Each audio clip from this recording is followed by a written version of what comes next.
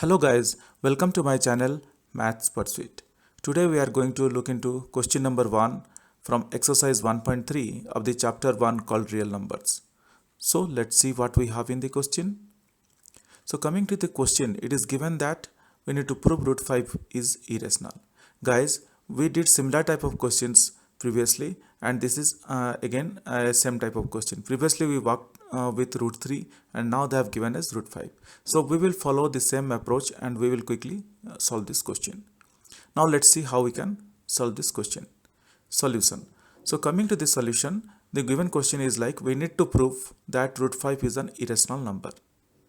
In order to prove this, let us assume that root 5 is a rational number. So in order to prove, we are assuming that root 5 is a rational number. So first of all, we'll assume the opposite thing, that it is a rational number. And let P and Q are co-prime numbers. We know that a rational number is always of the form P by Q and Q is not equal to 0. So this is very clear to us and we know that a rational number is always represented in the form P by Q and denominator Q is not equal to 0. Similarly, we know that a co-prime number is a number which do not belong to the same table. That means a co-prime numbers are the number, they do not have a common factor. Moving ahead, as we assumed root 5 is a rational number, we can express this as, so we have assumed root 5 as a rational number, so we are going to put root 5 is equal to P by Q. Or solving the above equation, like we are going to square both the sides. Just to eliminate root 5, we are squaring both the sides. Now squaring both the sides, we are getting root 5 whole square is equal to P by Q whole square. Again, we are getting 5 is equal to P by Q whole square. Guys, we know that root 5 into root 5 is nothing but 5. So for that reason, we got here as 5 is equal to P by Q whole square. Moving ahead, for the solving, we got 5 is equal to P square by Q square. Or moving Q square from right hand side to the left hand side, we got 5Q square is equal to P square. Or I can say Q square is equal to P square by 5, just moving 5 from left hand side to the right hand side. Let us make this as equation 1. Now from the above equation, we can tell that P square is divisible by 5 and as a result we can also say that P is divisible by 5. Guys, we very well know that if the square of a number is divisible by 5, let's say, the particular number is also divisible by 5. That means if the square of a number is divisible by another number, then definitely that particular number is divisible by that another number. For example, let's say 25. 25 is divisible by 5. 25 is nothing but it's the square of 5. So 5 is divisible by 5. This is how it is done.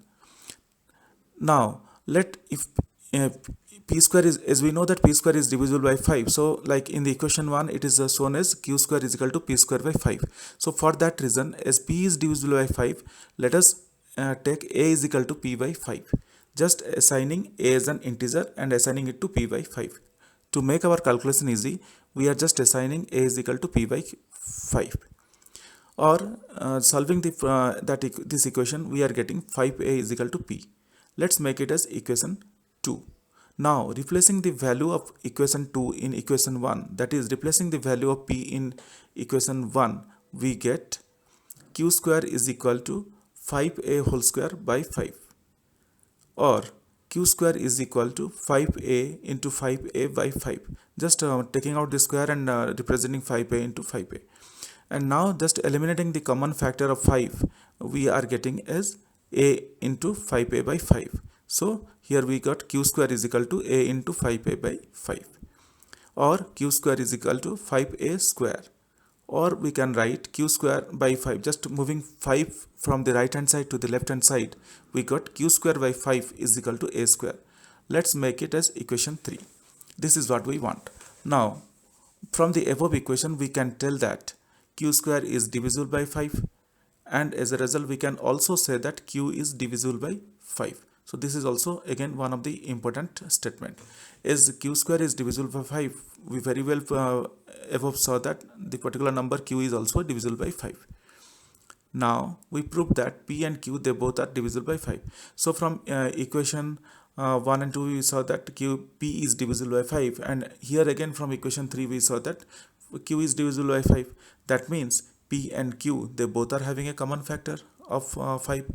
So they are not if they are not co-prime, so they are not co-prime numbers, because a co-prime number is a number which do not have a common factor.